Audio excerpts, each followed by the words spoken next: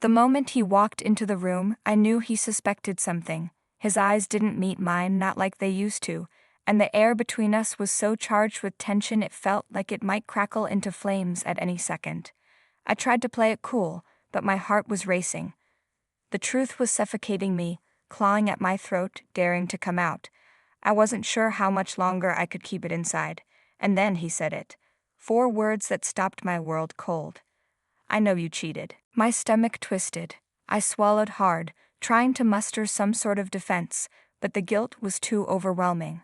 I didn't deny it. I didn't fight it. I just stared back at him, my mind racing with 1,000 thoughts, and none of them helpful. But what came next? That was the moment everything changed. He didn't yell. He didn't cry. He didn't even seem angry. Instead, he smiled. Not a kind smile. Oh no. This was something darker. A challenge. A declaration. And then he said something I'll never forget. If you're going to destroy us, let's make it a show. Script. The moment he walked into the room, I knew he suspected something. His eyes didn't meet mine, not like they used to, and the air between us was so charged with tension it felt like it might crackle into flames at any second. I tried to play it cool, but my heart was racing. The truth was suffocating me, clawing at my throat, daring to come out. I wasn't sure how much longer I could keep it inside. And then he said it. 4 words that stopped my world cold. I know you cheated. My stomach twisted. I swallowed hard, trying to muster some sort of defense, but the guilt was too overwhelming. I didn't deny it. I didn't fight it. I just stared back at him, my mind racing with 1,000 thoughts and none of them helpful. But what came next? That was the moment everything changed. He didn't yell. He didn't cry. He didn't even seem angry. Instead, he smiled. Not a kind smile. Oh no. This was something darker. A challenge. A declaration. And then he said something I'll never forget. If you're going to destroy us, let's make it a show. I didn't understand at first. His words were cryptic, dripping with venom and something else. Something I couldn't quite place. Was it anticipation? He told me he wanted to hear it all. Every detail, every betrayal. And he wanted them, his entire family, to hear it too. At first I thought he was bluffing. Who would do something so absurd, so humiliating, to themselves? But I underestimated him. I always had. He was serious. And he wanted the truth, served raw and unfiltered, in front of the people who mattered most to him. My blood turned to ice. You can't be serious, I whispered, but I could see it in his eyes. He was. The room where it happened was his parents' living room. His family was already there, his parents, his sister, even his brother-in-law. They thought it was just another one of his casual family dinners. They had no idea what kind of storm was about to hit them. He walked me into the room like a predator escorting prey. His grip on my wrist was gentle but firm. A reminder that there was no escaping this now. As we stepped in, all eyes turned to us. I could feel their warmth, their love, their trust for him, for us. And it was all about to shatter. He cleared his throat, commanding the room without even trying. Before we eat, there's something we need to discuss, he said, his voice calm, almost too calm. Then he turned to me. Go ahead, just like that. As if I were about to read out a grocery list instead of confess to the ultimate betrayal. I hesitated, looking around the room, hoping for someone to stop this madness. But they just looked back, confused, curious. No one knew the bomb that was about to go off. The word came out weak, trembling. My throat felt dry, like I was choking on sand. I cheated on you. I finally said, my voice barely above a whisper. For a moment, there was silence. Deafening silence. And then, chaos. His mother gasped, her hand flying to her mouth. His father's face turned an alarming shade of red. His sister looked at me like I was a piece of gum she'd found on her shoe. And him? He just stood there, calm as ever, watching it all unfold like he'd scripted it himself. But he wasn't done. Oh no, this was just the beginning. Tell them everything, he said, his voice low but firm. It wasn't a request. It was a command. So I did. I told them about the late-night texts, the secret meetups, the lies I'd told to cover my tracks. I told them about the guilt that ate at me, the moments I wanted to stop but didn't. And with every word, I could feel their judgment cutting into me like a blade. But the worst part wasn't their reactions. It was his. He didn't flinch. He didn't look away. He just watched me with those piercing eyes, unblinking, unrelenting, and when I finally finished, he simply nodded, as if I'd just completed an assignment. "Now you know," he said to his family, his voice steady. "This is who she is." I wanted to scream, to run, to beg for forgiveness, but he wasn't done. He turned to his father and said, "What would you do if Mom did this to you?" His father looked like he'd been slapped. He stammered something about loyalty, about respect, about how what I'd done, was unforgivable. His mother was crying now, silent tears streaming down her face. Then he turned to his sister. "What if your husband did this to you?" She shook her head, glaring at me like I was the devil incarnate. "I'd leave," she spat. No questions asked. Every answer was like a nail in my coffin. He wasn't just punishing me. He was building a case against me, brick by brick, until there was nothing left of the person I thought I was. And yet, beneath all the humiliation, all the shame, there was something else. Something darker. A thrill. I hated myself for it, but I couldn't deny it. The intensity of his gaze, the way he controlled the room, the raw power of it all, it stirred something in me I didn't want to admit. The evening ended with him walking out, leaving me alone with the wreckage of what we'd once been. His family didn't say a word to me. They just stared, their eyes full of judgment and pity, until I couldn't take it anymore and left. But that wasn't the end, not even close. The days that followed were a blur of silence and uncertainty. He didn't call, didn't text, didn't show up at home. It was like he'd vanished, leaving me to drown in the mess I'd made. And then, just when I thought it couldn't get any worse, I got the message. It was from him, of course. Just 3 words. "Come to dinner." No explanation, no context. But I knew better than to ignore it. When I arrived, the scene was eerily similar to the first time. His family was there, sitting around the table, their expressions cold and unreadable. And him?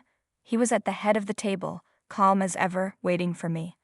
"I thought we should finish what we started," he said, gesturing for me to sit.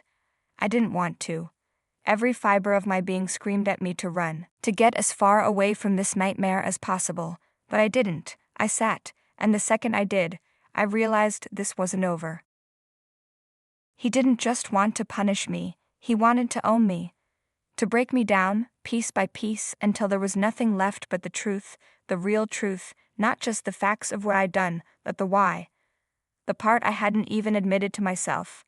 And as the night unfolded, I realized he wasn't doing this just for revenge. He was doing it for something deeper, something darker. Because as much as he hated me for what I'd done, he couldn't let me go. And the more he pushed, the more I realized I couldn't let him go either. The second dinner wasn't about humiliation, it was about control. From the moment I sat down, I could feel his presence like a weight pressing on my chest. He didn't lash out, didn't berate me in front of his family like he had before. No, this was different, calculated, and that terrified me even more. He poured me a glass of wine, his movements slow and deliberate, like he had all the time in the world. "Drink," he said, his voice calm, almost gentle. It wasn't a suggestion. I took a sip, my hands trembling. His family watched in silence, their expressions unreadable. It felt like I was on trial, and he was both the prosecutor and the judge. But the worst part, I couldn't tell if I was the defendant or the executioner. He leaned back in his chair, his eyes never leaving mine. "Tell them why," he said. My heart stopped. "Why what?" I managed to choke out. "Why you cheated," he clarified, his voice low but firm. "They've heard the what. Now they deserve the why." I froze. How could I explain something I didn't fully understand myself? Was it boredom? Loneliness? A craving for something dangerous, something that made me feel alive? Or was it something darker, something broken inside me that I didn't know how to fix? "I don't know," I finally whispered, my voice barely audible.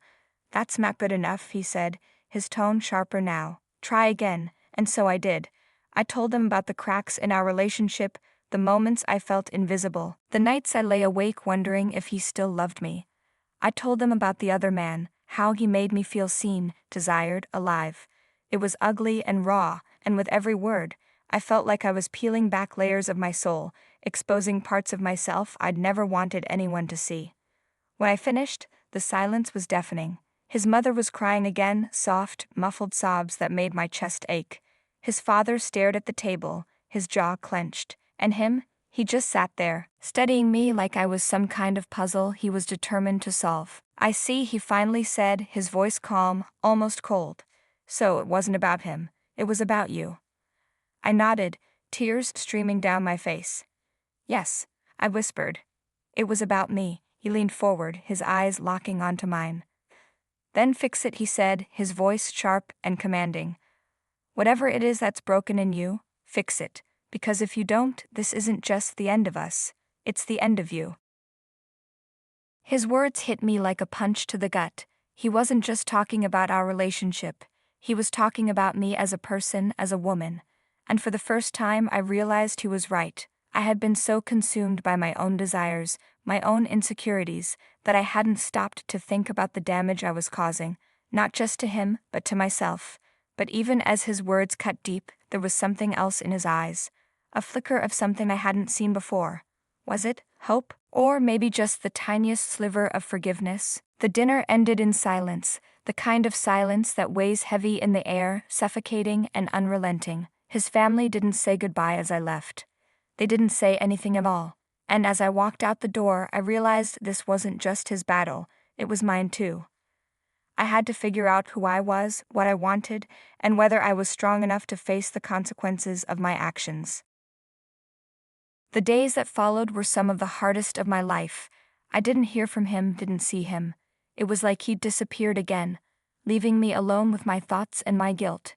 But this time I didn't wallow in self-pity. This time I faced it head-on. I started therapy, something I'd been avoiding for years. I dug deep, peeling back layers of trauma and insecurity that I hadn't even realized were there. I confronted the parts of myself I didn't like, the parts that had led me to make the choices I had. It was painful and messy and uncomfortable, but it was also necessary. Weeks turned into months, and slowly, I started to feel like I was piecing myself back together. I wasn't the same person I'd been before, and I knew I never would be, but maybe that was a good thing. Maybe I needed to break to become whole again. And then one day he called. Hearing his voice after so long was like a jolt to my system. He didn't say much, just that he wanted to talk. I agreed, my heart pounding with a mix of hope and fear. When we met, it was at a coffee shop, neutral territory, as if we were two strangers meeting for the first time. He looked different, stronger, more confident, and as he sat across from me, I realized he wasn't the same person he'd been either. The man I'd betrayed was gone, replaced by someone harder, sharper. But there was still a softness in his eyes, a flicker of the man I'd fallen in love with all those years ago. "I've been thinking," he said, his voice steady. "About us? About everything that happened." I nodded, my throat tight. "Me too." He looked at me for a long moment, as if trying to read my soul. "Do you still love me?" he finally asked. The question hit me like a freight train. Did I? After everything we'd been through, everything I'd done, the answer came before I could stop it. "Yes," I said, my voice trembling. "I do." He leaned back in his chair, his eyes never leaving mine. "Then prove it." "Prove it?" I asked, my heart racing. He nodded. "If we're going to do this, it's going to be on my terms. No more lies. No more secrets. You're going to have to earn back my trust, step by step." I swallowed hard, the weight of his words sinking in. It wasn't going to be easy. It wasn't going to be quick. But for the first time in months, I felt a glimmer of hope. "I'll do whatever it takes," I said, my voice steady. "Whatever it takes." And so our journey began, not back to what we had, but forward to something new. Something stronger. Something real. It wasn't perfect, and it never would be. But maybe that was okay. Maybe perfection wasn't the goal. Maybe it was just about trying, every day, to be better. To be honest. To be whole. The story didn't end with a fairy tale. It ended with a choice. A choice to fight, to heal, to love again. And maybe, just maybe, that was enough.